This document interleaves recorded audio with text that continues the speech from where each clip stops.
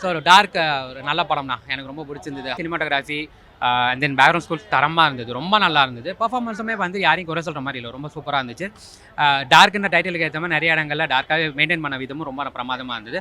ஒரு சின்ன twist and டர்னோட படம் முழுக்க நம்மளை ஏதோ ஒரு விதமாக கியூரியாசிட்டியோட கொண்டு போன விதம் ரொம்ப நல்லா இருந்தது. நிறைய இருந்தது படம். உங்களுக்கு அந்த பதட்டமும் பயமாக படம் முழுக்க உங்க கூட ட்ராவல் பண்ணும். ஸோ அந்த விதத்தில் ஏற்படுத்துறது ரொம்ப கஷ்டம் யூஸ்வலாக. ஸோ அதை நல்லா பண்ணியிருக்காங்க. ஆமாம், கணேஷ் கே பாபோட ஸ்டோரி, ப்ரொடியூசர் அவர் தான், நல்லா பண்ணியிருக்காரு. அது பார்க்குறப்போ சர்ப்ரைசிங்காக இருந்தது. பட் அவர்கிட்ட இந்த மாதிரி ஒரு ஸ்டோரி நல்லா இருந்தது, நல்லா நடிச்சிருக்காரு. பட் அன்ஃபார்ச்சுனேட்லி இது மாதிரி ஸ்க்ரீனில் பார்க்கறதுலாம் கஷ்டம் நினைக்கிறப்போ கஷ்டமாக இருந்தது. இந்த படத்தில் அதே மாதிரி தான். ஸோ அதை தாண்டி நல்ல படம், நல்லா பண்ணியிருக்காங்க. ஓவராலாக ஒரு ஹாரர் த்ரில்லர் ஃபேன்ஸ்க்கான ஒரு தரமான படம். நல்லா இருக்கு சார் மீடியா. அதாவது என்ன சொல்கிறதுன்னா, கதாநாயகனும் நடித்த மாதிரி தெரியல. அந்த பயப்படுற சீன்லாம் ரியாலிட்டியாக பண்ணியிருக்காரு, நல்லாவே இருக்குது. அதாவது எனக்கு எப்போவுமே இந்த கொலைப்படம், அந்த சஸ்பென்ஸு, த்ரில்லிங்கு, பேய் படம் ரொம்ப பிடிக்கும். சின்ன வயசுலேருந்து பார்த்து பழக்கம். ஸோ அதை மாதிரி எப்படி நல்லா கொண்டு வந்திருக்காங்கன்னு பார்த்தோம். ஆனால் உண்மை நல்லாவே கொண்டு வந்திருக்காங்க. கண்டென்ட்டும் டிஃப்ரெண்ட்டான கண்டென்ட் தான், நல்லா கொண்டு போயிருக்காங்க. நல்லா பண்ணியிருக்காரு சார் ஹீரோ. இப்போ ஹீரோ வந்திருக்காருன்னு தெரியல, பார்த்தா கொஞ்சம் நான் கண்டிப்பாக சொல்லுவேன்.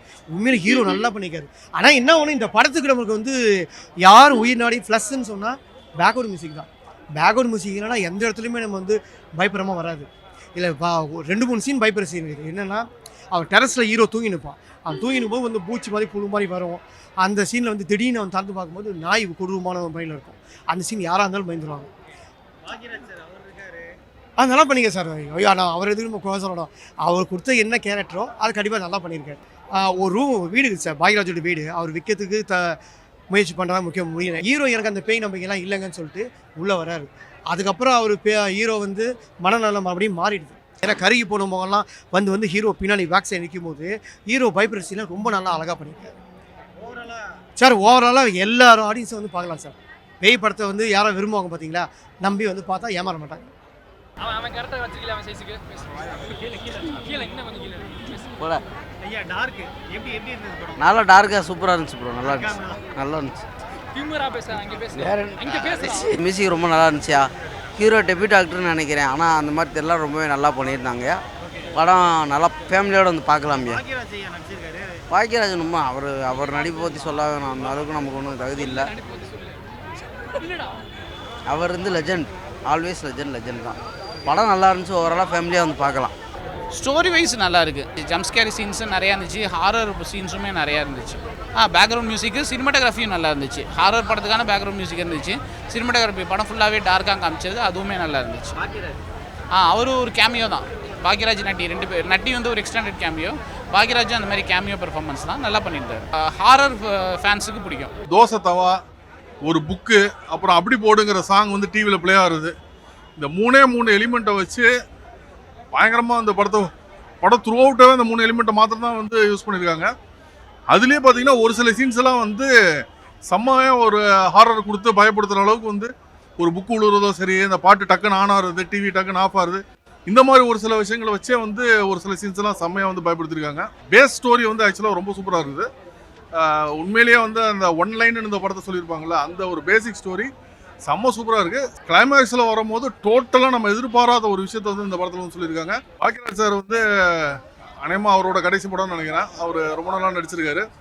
அவருக்காக இந்த படம் வந்து கண்டிப்பாக ஒரு முறை பார்க்கலாம். டைட்டில் மாதிரியே மூவியும் இருக்கு. ஸோ கண்டிப்பாக நீங்கள் வந்து தியேட்டரில் வந்து பார்த்து அந்த எக்ஸ்பீரியன்ஸாக என்ஜாய் பண்ணுங்கள். கதையாக வந்து சூப்பராக இருக்குது, ஸ்க்ரீன் பிளே சூப்பராக இருக்குது. இப்போ வந்து எக்ஸ்பெக்டேஷன் அடுத்து என்ன அப்படின்னு தான் இருந்தது இல்லைடா. அதுவும் கிளைமேக்ஸ் எல்லாம் வேற லெவல் சூப்பர். பாக்யராஜ் சாரை ரொம்ப மிஸ் பண்ணோம். நான் ஆஃப்டர் பாக்யராஜ் சார் இந்த இஷ்யூஸ்க்கு அப்புறம் வந்து ஸ்க்ரீனில் பார்க்கும்போது சீரியஸ்லி ரொம்ப மிஸ் பண்ணோம். We miss you sir, Bhagyaraj sir.